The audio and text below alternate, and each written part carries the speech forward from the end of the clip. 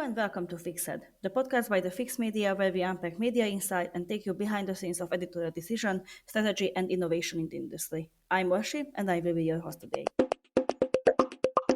Before we dive in, subscribe, follow, and if you like what you hear, support us at the Fix.media.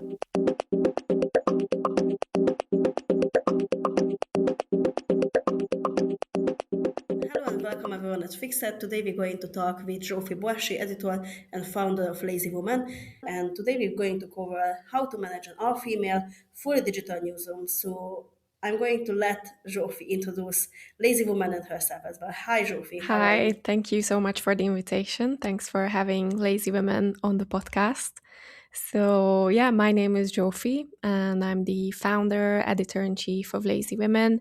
So, Lazy Women is a feminist newsroom and also collective community. We are fully international. We're based out of different European cities with our executive team based in Paris at the moment. We were founded 5 years ago during lockdown. And when we were founded, it was very much a reaction to the local political situation in Hungary and more generally in the region. We were very frustrated with gender norms, expectations around what it means to be a woman today. And this kind of like political approach coincided with a personal perspective where in lockdown, a lot of people were facing pressures, content that urged them to emerge after lockdown as a more perfect woman. And yeah, we were just extremely fed up with this. So together with a couple of friends, we founded Lazy Women. So started as an experimental creative playground for anyone who identifies with any aspect of womanhood. And we kind of like over the 5 years grew a lot, but managed to keep the core mission intact, with Lazy Women being this free experimental newsroom and space that gives a voice to women mostly coming from Eastern European backgrounds to have their say in the Western feminist discourse. So today we have our website, lazywomen.com. We also have a newsletter on Substack, as well as a podcast, and yeah, many other small projects. I think because I have been following your work for a while now, and what I find very interesting is that you work with contributors from very different countries, and each of them are probably coming from a very different political and cultural and even media realities. What do you think? What are the biggest editorial challenges of coordinating such newsroom? Because as I understand, you have like a headquarter kind of thing, like the main workers, let's say, are in Paris, but then all the other people are from other places of Europe. So how are you coordinating the newsroom, and is there anything that really surprised you in this work? Yeah, so it is, I would say, a very interesting hybrid model that we are doing that I haven't really seen anywhere else. Um, it's also important to mention that our team functions mostly on a volunteer basis. We have project related funding to accomplish specific missions, but this is like very much dependent on the funding landscape. And for now, we all work next to Lazy Women part time or full time, or our students. And even though our executive team is based out of Paris, we none of us are actually French or were born and raised in Paris. So all of us are immigrants here, and almost all of us are coming from Eastern Europe. That being said, yeah, it is. I would say the challenge of coordinating such a wide project with so many different cultures is first of all keeping really up to date with the current challenges in these different political contexts, and continuously finding synergies as well between them. So kind of having this very local approach combined with the very international approach. And the other thing that's unique about the way we operate is that none of us are actually trained journalists. So whenever we receive an article, there's quite a lot of editorial changes, and like there's like a whole process we have basically, uh, because we want to give this platform to every single person who's interested in writing. However, we also want to publish content that meets a certain journalistic standard. So each and every piece, gets edited by two, sometimes three volunteer editors, each focusing on a different aspect. So this can be language, but also just focusing on bringing out the personal is political kind of ethos that's behind everything we do. You already mentioned that most of you are coming from Eastern Europe, and I think when we are talking about covering feminism as a topic, Eastern Europe is a very interesting place to do so, and very interesting people can reflect on this topic. So, what do you think? You started out during the lockdown, then I suppose. Uh, who do you see now as your core audience today, and has it changed since you started Lazy Woman? Yeah, I think when we started out, in a way, I think a lot of the challenges women were facing all over the world were universal. Of course, to a certain extent, they are even today. But there was this general sentiment that, like, everyone from all over the world starts from the same place. Also, because of lockdown, everything we did was fully virtual.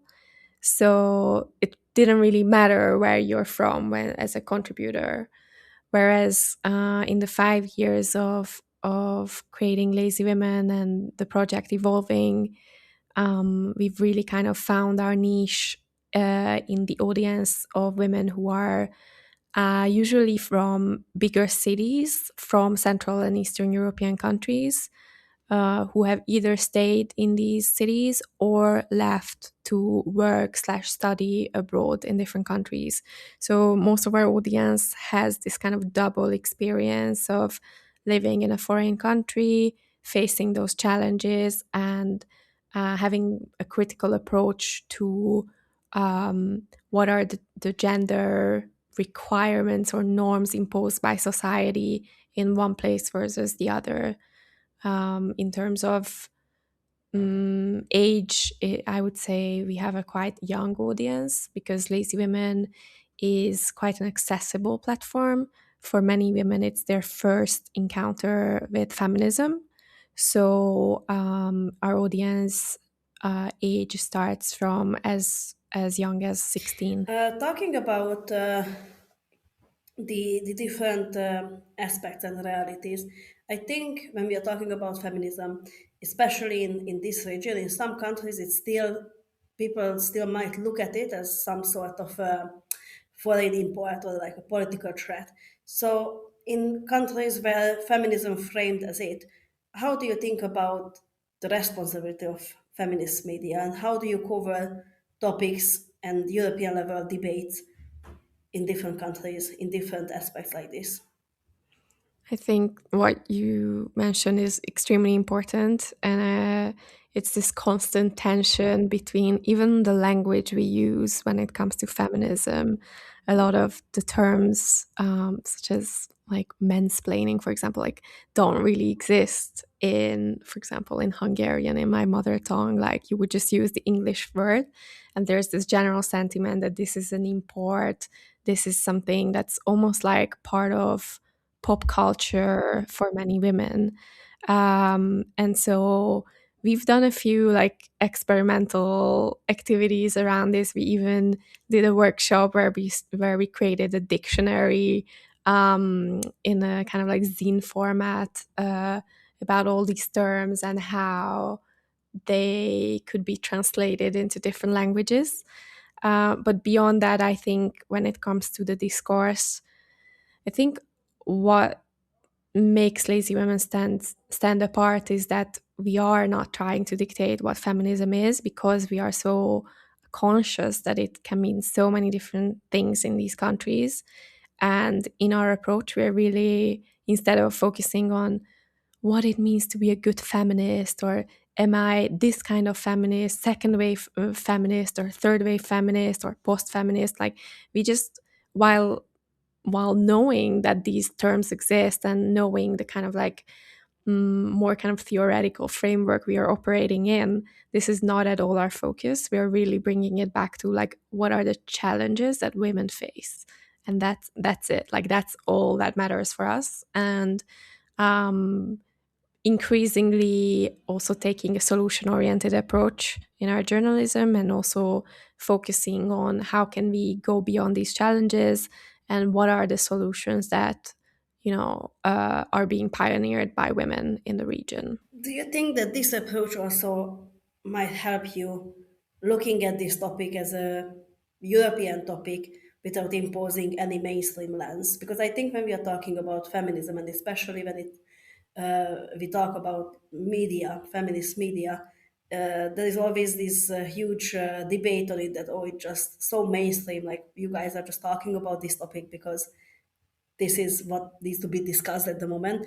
So, do you think that this very conscious and very thoughtful mindset that you are practicing is the one that also helps you to approach this topic as an important European topic and not a mainstream one?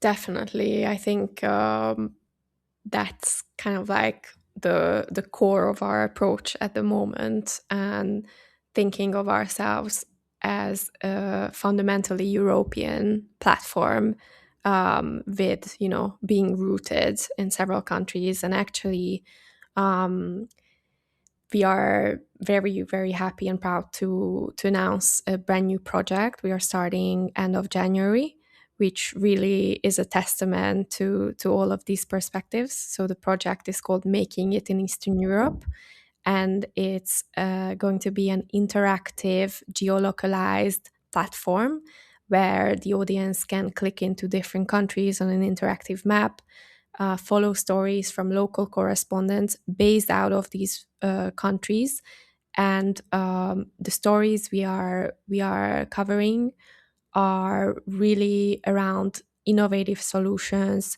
created by women and queer people in the region who have encountered a problem specifically related to gender, human rights, and the political framework, and managed to overcome them by funding a specific solution. And we will also cover a different kind of stories, which is more like entrepreneurial, and really showing innovation in the region by women and queer people. So the idea here is both to show that Eastern Europe is not only, a place where bad things are happening, because I feel like, especially in like Western news, that's kind of like the time when you hear about these countries. And yeah, to show that, okay, there are things happening, but we can very much be at the forefront of innovation as well, and not only be reactive, but also create new things that don't necessarily exist. So on this platform, you'll also be able to view all the NGOs who accept to be part of our platform, who are doing something for women's rights, gender rights, human rights. Um, and what we are really hopeful of is to grow this new platform into almost like a network of feminist organizations and generally um, innovators and people who share the same mindset from the region, and to kick off something more global and more concrete as well than just like occasionally talking about these problems. I think it's very very important that you mentioned this, what's happening in Eastern Europe kind of mentality, because I think especially when we are talking about women rights, it's often like, and in general, if Eastern Europe makes it into the news, it's usually because there is something very bad happening. So it's Yeah, very nice to see that there are some new and innovative solutions to show that there is more to this topic, and also there is life in Eastern Europe. People live here, yeah. because also what I face sometimes when I explain where I'm coming from, I think the first question is like, why you are not moving out from there? And not everyone wants to move out, right? Exactly, and I think it's so important to show that there are so many extremely talented people who are in these countries, who are from these countries, and who are doing something amazing there. And it's very much tied to this kind of like westernization of our discourse and also our almost like preferences in a way that kind of makes us forget that there's much more we can learn from people on the ground in these countries. But yeah, funny you say that because we actually started this whole project with a different, basically the other side of this. So a podcast series called Making It in Western Europe, where we very much focused on the stories of women who left their countries, um, mostly as a result of political pressure, economic pressure, and covering a wide range of issues, from war to, like every kind of um every kind of issue one can encounter and decide to move to a Western country. And I think another aspect that became really clear from doing this series is that while these stories obviously paint a global picture, a part of a global picture of what's happening to many women in Central and Eastern Europe, but these stories were extremely individualistic. They always focused on the individual journey one faced. And I think the goal with making it in Eastern Europe is also show like what can be done as a collective, and how can we help local communities. So instead of focusing on, yes, I left, I made it out in a way, like that's not necessarily the most inspiring story to tell. Like in the episode. Sounds like we're a great match, and we couldn't be happier. If you'd like to strengthen our bond, support us by donating or joining our membership program. That's it. No more interruptions. Back to the episode.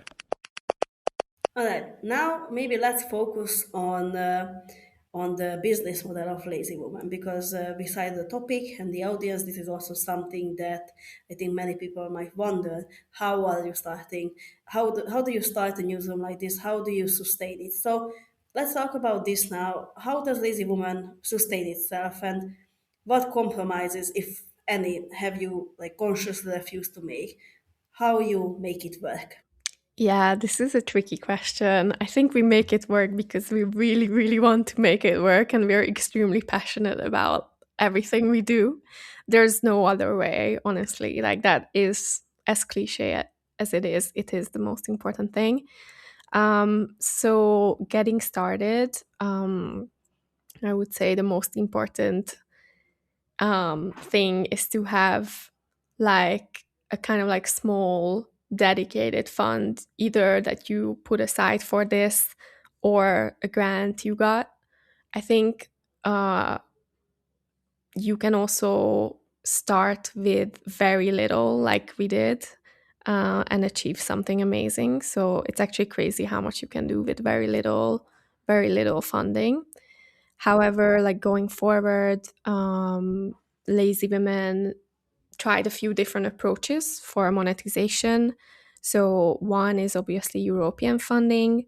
The I'm being honest here, like the difficulty is that, for such a small team or a small project, often the requirements of a big European grant are just not feasible. Like the level of administration and level of kind of detailed commitment it requires is not always feasible. So I would advise for anyone starting out to look into smaller European foundations who often apply for these huge EU grants themselves, and then they distribute it in smaller amounts into emerging newsrooms. So often this comes together with an incubator program, and Lazy Women has been part of two very, very useful incubators. One was by the International Press Institute. So they have an incubator called the Transition Accelerator Program that I would advise to look into, which is, besides the funding, you also receive 6 months mentorship, guidance, and you also get to meet other media in a similar boat. And we were also part of a French media incubator, which really helped us to understand the French media landscape and to kind of map out the opportunities we have here. So, yeah, small European grants, as well as trying to monetize content. So, for us, we are experimenting with monetizing our newsletter. And this year, we are actually starting a new paid newsletter, which is really going to focus on kind of like the challenges of running a feminist newsroom and the kind of like behind the scenes of it, which should be really exciting. And yeah, I would say the biggest difficulty is getting funding for the project itself, especially if it started out something that you did for free, like in our case, is how do you convince potential donors that you need funding for something you currently are operating in your kind of like third shift after work and taking care of every other personal responsibility you might have. And project specific funding for us has been easier so far. But this is kind of like, I could talk about this for ages, but just I think there is this kind of like tricky aspect of it, which is almost like this capitalistic mindset of you always need to propose new projects, new. It doesn't even matter what it is, but like people are just more, people kind of expect that. And when you're already doing so much, it's a bit difficult.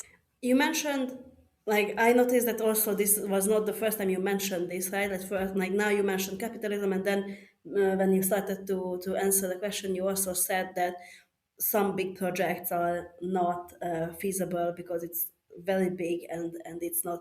I think most of the time when we are talking about very small newsrooms, some newsroom can fall into the pitfall of they are just applying for projects and they are not really thinking about who's going to do this work. Like if it's a couple of people and we are just keep applying for different projects where we are proposing new things, like at the end of the day, who going to land with this job? Is it something that you are very cautious at Lazy Woman to make sure that how to say, not, it's not really about the volume itself but more about the quality, so to not offer, even if maybe someone would pay for the new things, right?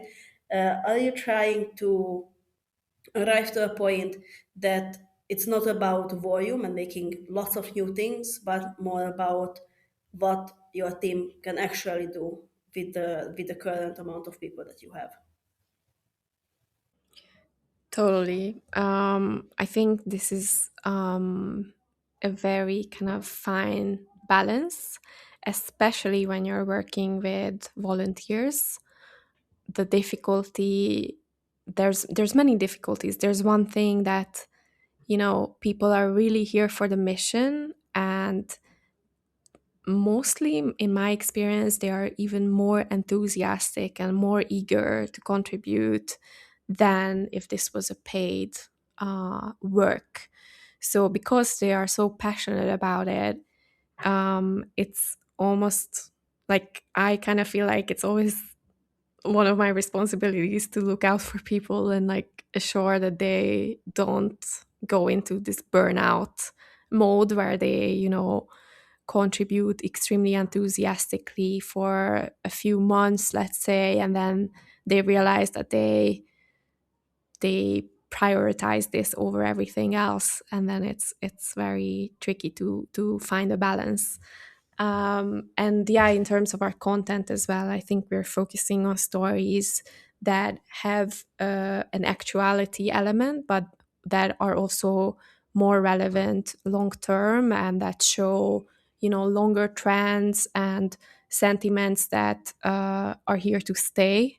And instead of a very kind of like clickbaity, fast paced approach, we are really making sure that everything we put out is extremely thoughtful. And even, yeah, the fact that, three people edit it, it's a process. It takes some time. And it's also in line with our kind of name and mission, Lazy Women, which is also a broad reflection on productivity culture. So I think with this name and with this kind of background and the feminist approach, we just, yeah, it's very important that we stay true to that and defend that, even if this means sometimes less grant opportunities or going against current trends of what it means to be a newsroom. All right, so let's talk now about a little bit about your audience because I think with such a diverse, newsroom, probably your audience is also rather diverse, and we already touched this point a little bit. So, do you think of your audience more as readers, more as a community, or more like allies? And how does that affect the editorial process and decisions? Good question. I think we definitely have kind of like a core community. So maybe I can talk a bit about the different layers of our audience. So there's the core, which includes those who occasionally not only read us but also submit testimonies, because we have these calls out almost every month for the audience to submit a short 200-250 word testimony on a specific subject, either written or artwork. So this kind of like very close layer includes visual artists as well.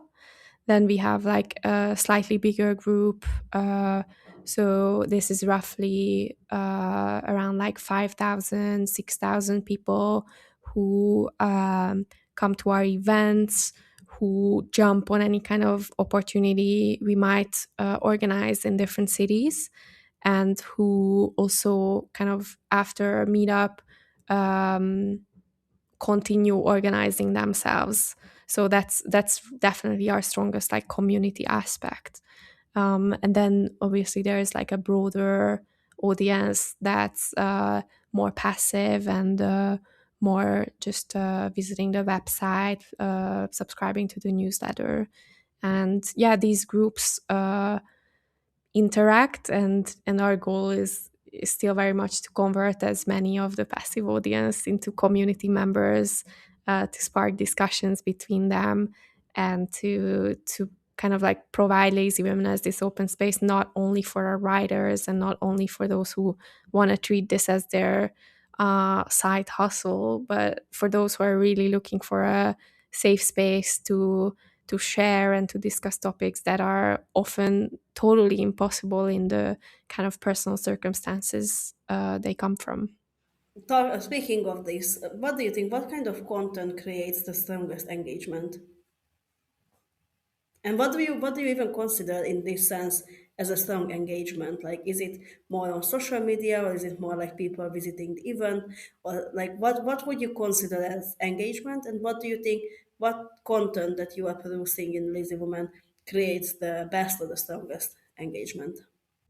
Yeah, I would divide the two kind of engagement, the real life and the virtual in our case. So yeah, the real life engagement is coming to our events, and not only coming once but coming to multiple after being to one.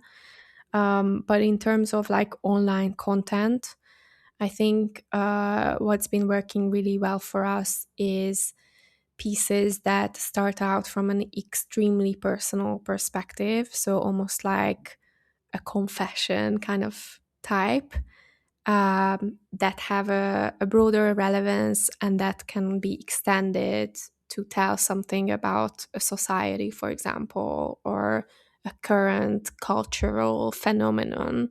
So, this, for example, we had a few articles about um, what it means to drop out of work as a woman in Hungary. And so there's this element that's very general and universal of women and work.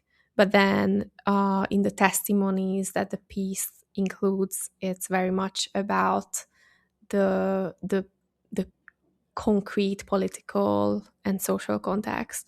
Um, Similarly, um, a study kind of article we did around why do we send nudes. So it's sort of like a very like a topic that's probably on many people's minds, no matter where you're from.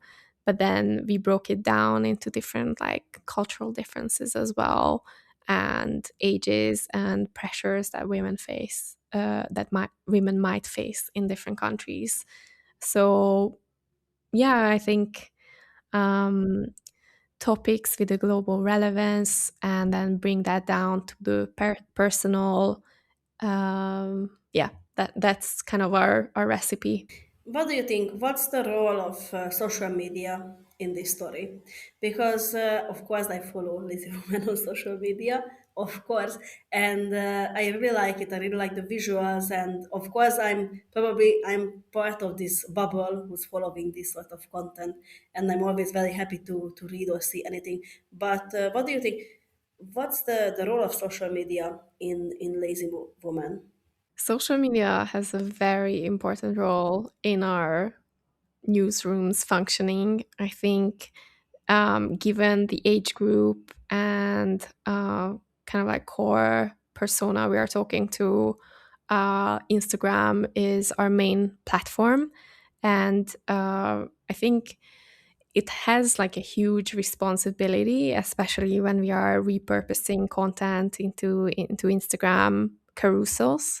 Uh, how do we get the main message across of an often complicated article in, like bite-sized content, and how do we spark discussion and debate around those topics, using this um, this platform that's very much dominated by algorithms. So it's it's this kind of constant challenge of using it in a way that feels authentic, that doesn't just mean jumping on trends that are often quite, you know, irrelevant to our mission, and how much are we sacrificing in terms of nuance in order to get likes. But yeah, I must say we've had a big kind of growth in the last months, because I think we sort of nailed it in a way, like the right balance between like very edgy and bold content, and topics that are global, and also still bringing in that lazy women edge of, yes, these are trendy, but here's like a critical point that you might have not thought about before. And how do you handle internal critique from within a feminist leadership? Because, with social media, I think that's something that, comes with it, lots of comments, lots of, critical voices even. How do you handle that? And have you seen moments like this in Lazy Woman that maybe the audience pushed back or they disagreed with some content? We haven't really seen like a major disagreement in the content we produce. What we've seen more is difficulties in the discussion between feminist media, if that makes sense. So we've had times, for example, especially because we tend to be often a kind of like a organizer when it comes to, like international events, or we've done a few panel discussions with different feminist organizations and newsrooms, and there we had some pushback sometimes, like, and this can be also very country specific. So we've had pushback given our kind of like intentionally open-minded understanding of what feminism can be. And so that obviously can face some criticism with by feminist newsrooms who have a very, very defined meaning of feminism, which often, for example, doesn't include trans women. And so, like, that's, for example, one issue on which we've had some pushback. All right, we are slowly finishing this little episode with this conversation. I have maybe just a couple of more questions. So, what advice would you give to young journalists in Central and Eastern Europe who want to work on feminist topics but or might be afraid of professional or social consequences? I think there is a growing interest in Central and Eastern European topics in general. So, pitching something that is authentic to you and that is from your local framework to kind of more international media outlets should be like an approach you start with, instead of potentially trying out the very local outlets from who you might face kind of backlash for the kind of topics you want to cover. But I think it's important to cultivate a portfolio that doesn't just jump on like very generalist topics, but uh, instead you should really find your niche and then kind of extend it to international media. And lastly, if you imagine Lazy Woman in the next 5 years, like 5 years from now, what would success look like as impact, survivor, or something else? How would you look at it? Because you said that you're trying to be more stable and slow. So I Yeah, think if we are talking about this very, ideal or what success look like, right? We would go like we are selling more, we have more readers, more this, more that. So yeah, more, everything more, has to be more. just more and bigger and newer. Yeah. So from the point of view of lazy woman, what success would look like 5 years from now on? Yeah, I think success for us would look like obviously being financially sustainable. So, having our core team working full time on Lazy Women. And beyond that, what would be really important if we could kind of function as this like umbrella organization for smaller local feminist newsrooms in Europe.